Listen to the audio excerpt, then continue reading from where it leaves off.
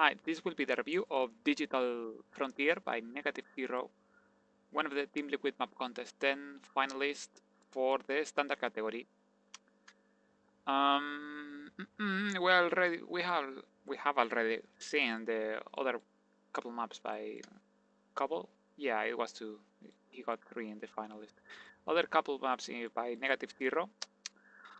This one, unlike, for example, Blue Shift, that was the latest one that I reviewed from him.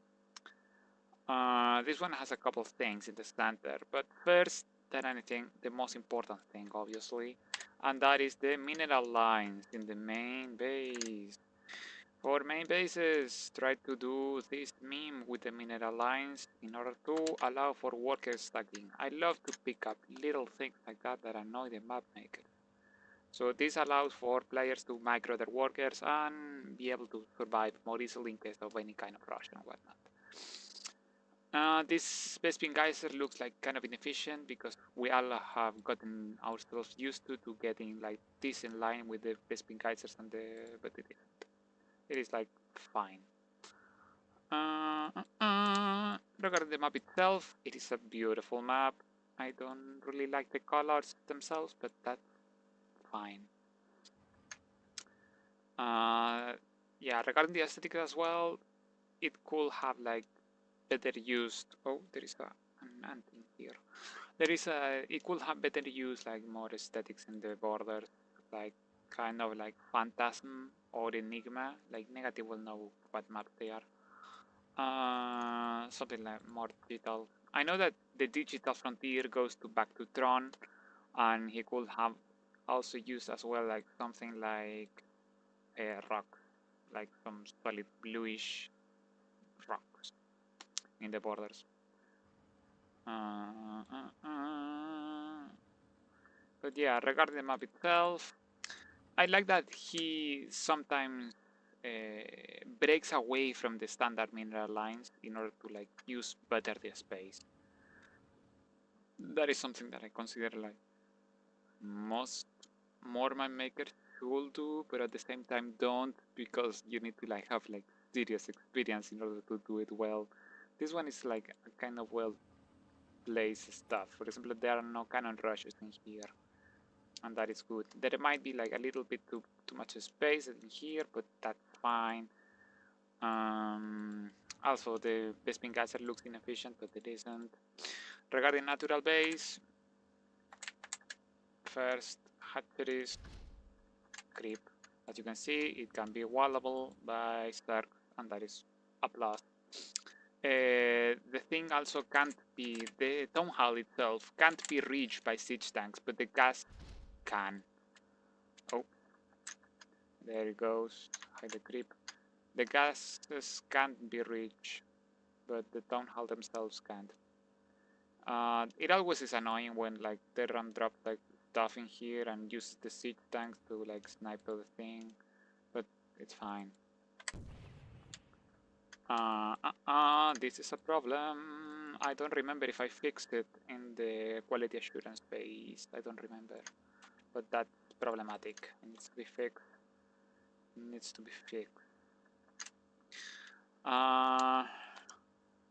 Regarding the third wall position, there are 2 Reaper paths into the main. I usually, most often, it is hard to say because I sometimes like to just place one and allow, for example, Protoss players to counteract that single pathway by walling it off.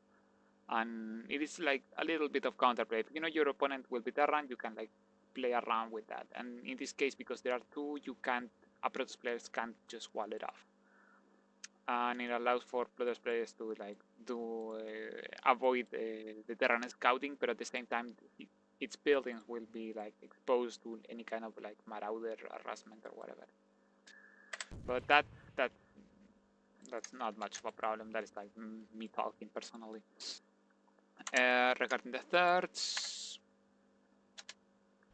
as you can see, only the thing can be read. It's fine. And what is better is that the tank needs to be like moved all the way around, or any army needs to move all the way around here. Usually map makers will like do this, and add instantly like a ramp, and that makes it easier for any attacking army from the high ground to like try to snipe the thing. -0 left a small space in here. You can see it's like slightly more to my right, to your left in the video, and that allows for slightly easier defense of your third base. The fourth base, like the map is excellent. Like most maps from like negative tends to be like very good, like mechanically in level design.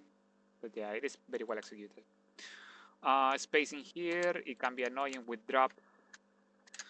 It can be annoying with drop. For example, drop here with like marines here and steaming and stuff.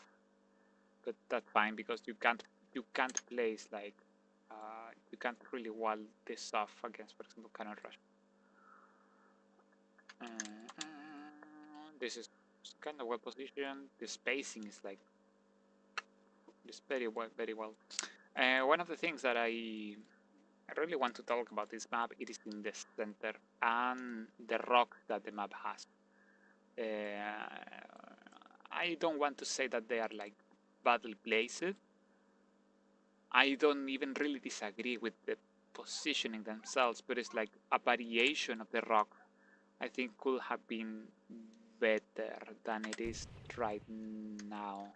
Let me talk before right now, how it stands at the moment. My biggest issue is that there is the central attack path is like a straight line between the natural to natural. And even when there's this and there are the line of sight blockers, it is still a straight line. I personally, as a map maker, trying to step away from that kind of thing. I know that he did it in this area where with a very tight choke, and that allows for better army movement. But at the same time, as I said, I personally prefer when the map forces like something like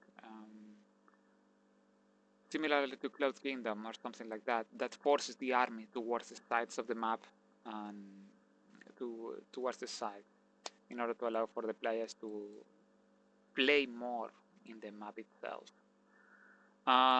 It also has the issue that for example, if players want to take this base, they will need to place an army of considerable size here. And any attacking force will try to come from this area, and it will be stopped here. But also, it can also come directly towards this area. And if this area is breached, the game is basically lost because you get cut off from your own third. This might be, I don't know, PVC, TVC, TVP, and basically any matchup. I see that just by moving the rocks in here, you are also allowing this third to be taken, and that strengthens the map regarding the army flow and whatnot. So yeah, that will be like the change that I kind of recommend, but at least this is from my point of view. One of the things that this change also makes is that obviously it exposes a little bit the triangular third, but that is just fine. Like follow the cursor, like you will see that you don't really lose much, and also you gain like this high ground in order that allows you to defend. Or for example, if an army is attacking towards your third like this, you can like surround them from both sides because you also will have your rocks in here.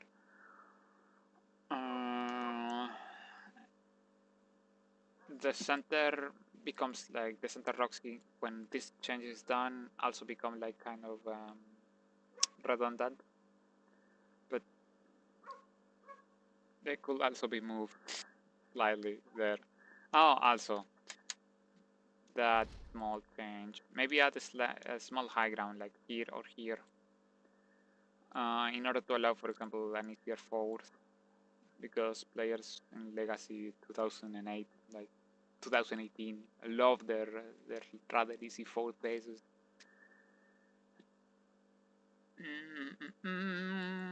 Besides that,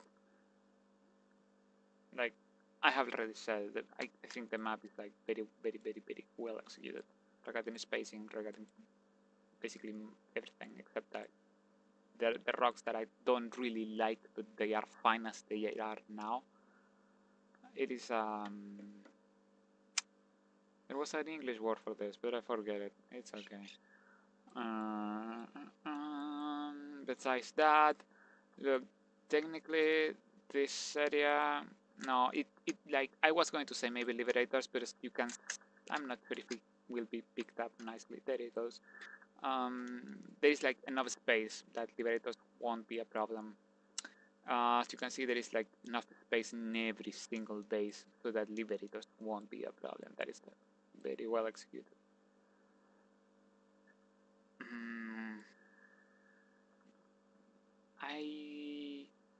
Besides the rocks, like stuff like that, it is like blue shift.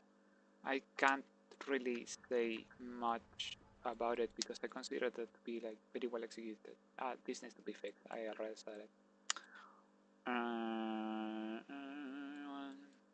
The texturing might be too dry, meaning that